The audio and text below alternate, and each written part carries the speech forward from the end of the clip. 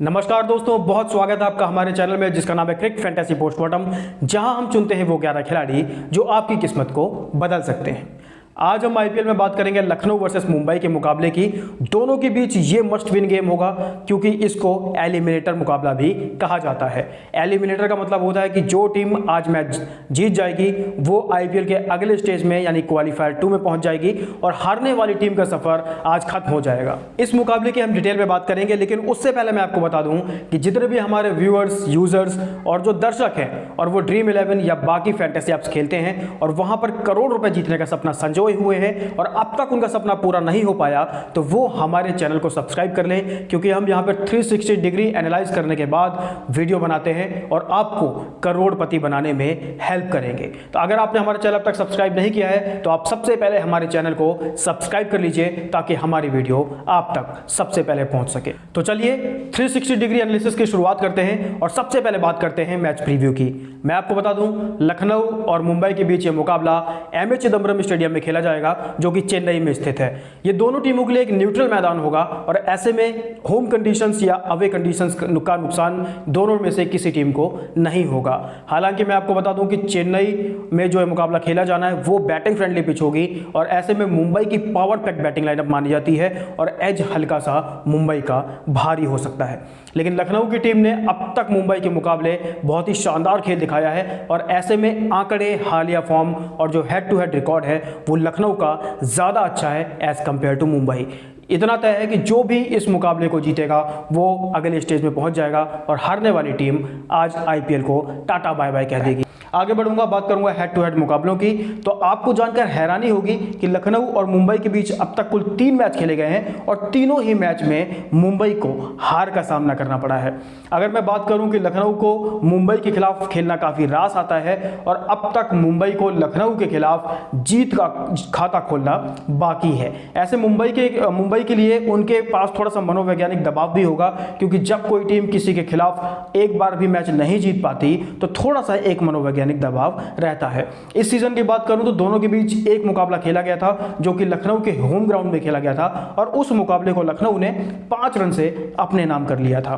कह सकते हैं कि हेड टू हेड के जो आंकड़े हैं वो लखनऊ के पक्ष में है और बैटिंग लाइनअप मुंबई की ज्यादा मजबूत है, तो फैंस को एक जबरदस्त और रोमांचक मुकाबला देखने को मिल सकता है। आगे बढ़ूंगा और बात करूंगा दोनों टीमों की हालिया फॉर्म की। तो यहां पर भी लखनऊ की हालिया form as compare to Mumbai ज्यादा अच्छी नजर आती है। लखनऊ ने 14 में से 8 मुकाबले जीते थे, 5 में उनको हार का सामना करना पड़ा था। वहीं एक मुकाबला जो था वो बारिश की भेंट चढ़ गया था जिसका कोई नतीजा नहीं निकल पाया था। पॉइंट टेबल की बात करूं तो लखनऊ की टीम ने तीसरे नंबर पर रहकर आईपीएल में अपना सफर खत्म किया था। वहीं मुंबई की टीम ने कुल 14 मैचों में से 8 मुकाबले जीते थे, लेकिन 6 मुकाबले उन्होंने हारे थे। पॉइंट टेबल की बात करूं तो मुंबई की टीम चौथे नंबर पर रहकर अपना सफर खत्म करने में कामयाबी हासिल की थी।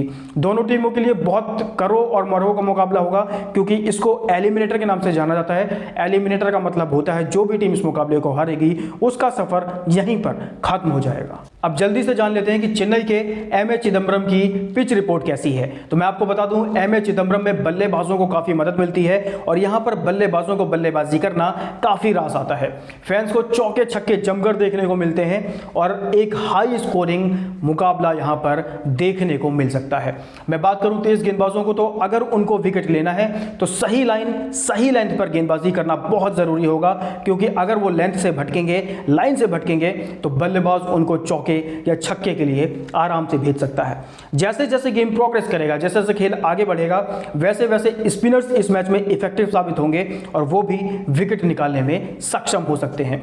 कंक्लूजन की बात करूं, पिच रिपोर्ट की कंक्लूजन की बात करूं तो मेरे हिसाब से यहां पर बल्लेबाजों को काफी मदद मिलने वाली है और हम सबको एक हाई स्कोरिंग मुकाबला देखने को मिल सकता है। अगर मुंबई की टीम पहले बैटिंग करेगी तो स्कोर 200 या इससे ऊपर बन सकता है और लखनऊ की टीम अगर पहले बैटिंग करती है तो 185 से 200 के बीच का स्कोर आसानी से बनाया जा सकता है। तो 360 डिग्री रिव्यू कंप्लीट करने के बाद अब मैं आपको बताऊंगा हमने किन 11 खिलाड़ियों को अपने ड्रीम 11 टीम में शामिल किया है और इनको चुनने के पीछे की वजह क्या है। मुझे पूरी उम्मीद है कि अगर आप हमारी टीम से हेल्प लेंगे तो आप करोड़पति जरूर बन सकते हैं। सबसे पहले विकेट कीपर की बात करूंगा तो हमने 3 विकेट कीपर्स को अपनी टीम में शामिल किया है। इनके नाम है क्विंटन डिकॉक, ईशान किशन और निकोलस पूरन। सबसे पहले मैं बात करूंगा क्विंटन डिकॉक के आंकड़ों की, तो इन्होंने अब तक 4 मैचों में 35.75 के एवरेज और 140 के स्ट्राइक रेट से कुल 143 रन बनाए हैं, जिनमें एक अर्धशतक शामिल है और डिकॉक के बल्ले से अब तक कुल 10 छक्के निकल चुके हैं। इनका हाईएस्ट स्कोर 70 रन का रहा है। बहुत अच्छे खिलाड़ी हैं, थोड़ी मूडी खिलाड़ी नजर आते हैं, जब इनका मन होता है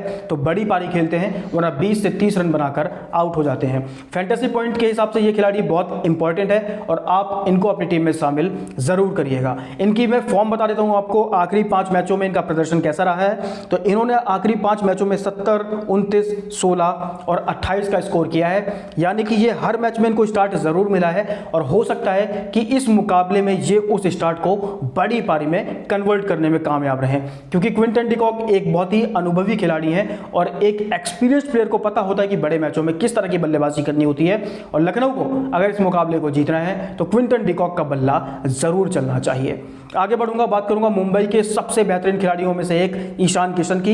इस पूरे टूर्नामेंट में जहां रोहित शर्मा की फॉर्म खराब रही है, वहीं ईशान किशन ने अपने बल्ले से हर किसी को अपना मुरीद बनाया है। ईशान किशन के मैं स्टैट्स की बात करूं तो ये मुंबई के लिए सबसे भरोसेमंद खिलाड़ियों में से एक रहे हैं। इनके आंकड़े मैं आपको बता देता हूं, 14 मैचों में 31 के एवरेज और 143 के स्ट्राइक रेट से ईशान के बल्ले से कुल 439 रन निकले हैं, जिसमें 3 अर्धशतक शामिल हैं और ईशान किशन ने अब तक टूर्नामेंट में कुल 18 छक्के लगाए हैं। इनका बेस्ट स्कोर 75 रन रहा है।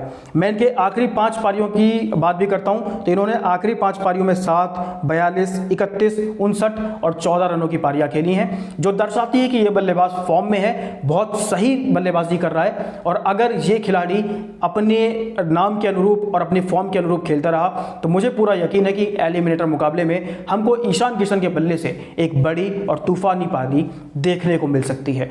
तीसरे विकेट कीपर की बात करूंगा निकोलस पूरन की। लखनऊ के लिए सबसे इंपॉर्टेंट प्लेयर हैं, जिस पोजीशन में बल्लेबाजी करने आते हैं वहां पर इनको तेज गति से रन बनाने होते हैं, तो ये ना सिर्फ तेज गति से रन बनाते हैं बल्कि एक बड़ी पारी भी खेलने में कामयाब होते हैं। इनके आंकड़े में आपको बताता हूं, 14 मैचों में 32 के एवरेज और 173 के बेहतरीन स्ट्राइक रेट से इन्होंने कुल 358 बनाए हैं, जिनमें 2 अर्धशतक शामिल हैं और इनके बल्ले से कुल 26 छक्के निकले हैं। वहीं इनका हाईएस्ट स्कोर 62 रन रहा है। किसी भी विकेट कीपर के लिए जब वो आखिरी ओवर्स में आते हैं वहां पर तेज गति से रन बनाने की जिम्मेदारी होती है, जो इन्होंने बखूबी निभाई है। आखिरी 5 मैचों की बात करूं तो इनके बल्ले से 20, 3, 44, 8 और 58 रनों की पारियां निकली हैं, जो कि दर्शाती हैं कि ये बल्लेबाज बहुत अच्छी फॉर्म में है और अगर इसने एलिमिनेटर मुकाबले में एक बड़ी पारी खेल दी तो लखनऊ के लिए बेहतरीन पारी साबित हो सकती है। आगे बढ़ूंगा, बात करूंगा बल्लेबाजों की। तो हमने अपनी टीम में 2 बल्लेबाजों को शामिल किया है, जिनके नाम है रोहित शर्मा और सूर्य कुमार यादव। दोनों बल्लेबाज बहुत ही सही हैं।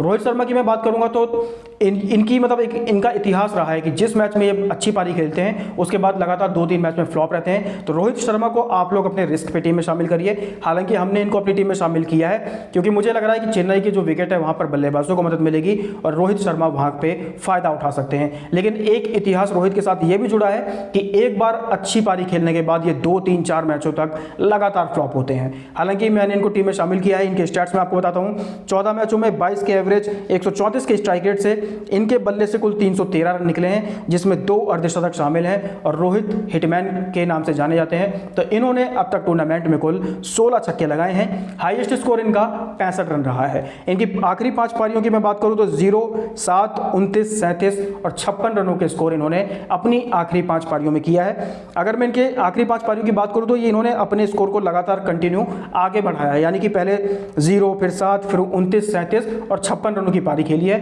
तो इस लिहाज से रोहित को इस मैच में 56 रनों से ज्यादा की पारी खेलनी चाहिए, जो कि उनके स्टैट्स ऐसा बता रहे हैं। अब हम बात करते हैं मुंबई के सबसे भरोसेमंद खिलाड़ी, सबसे हिटिंग खिलाड़ी, जिनका नाम है सूर्य कुमार यादव और इनको हमने एज अ सेकंड बैट्समैन अपनी टीम में शामिल किया है। इनके मैं स्टैट्स बताता हूं आपको। तो 14 मैचों में 42 के एवरेज और 185 के स्ट्राइक रेट से इनके बल्ले से कुल 511 रन निकल चुके हैं, जिसमें 1 शतक और 4 अर्धशतक शामिल हैं। सूर्य कुमार यादव ने अब तक टूर्नामेंट में कुल 24 छक्के जड़े हैं। बहुत अच्छे खिलाड़ी हैं, सेकंड डाउन बैटिंग करने आते हैं और आते ही मैदान पर चौके छक्कों की बरसात कर देते हैं। विपक्षी गेंदबाजों को इनको आउट करना सबसे बड़ी चुनौती रहती है। आखिरी 5 मैचों की बात बात करूं इनकी फॉर्म देखने के लिए, तो इन्होंने अब तक 26, 83, 103, 7 और 25 रनों का स्कोर किया है। पिछले मैच में नॉट आउट निकले थे और मुझे पूरी उम्मीद है कि सूर्य कुमार यादव मुंबई के लिए इस मुकाबले में भी बहुत शानदार प्रदर्शन करते नजर आएंगे।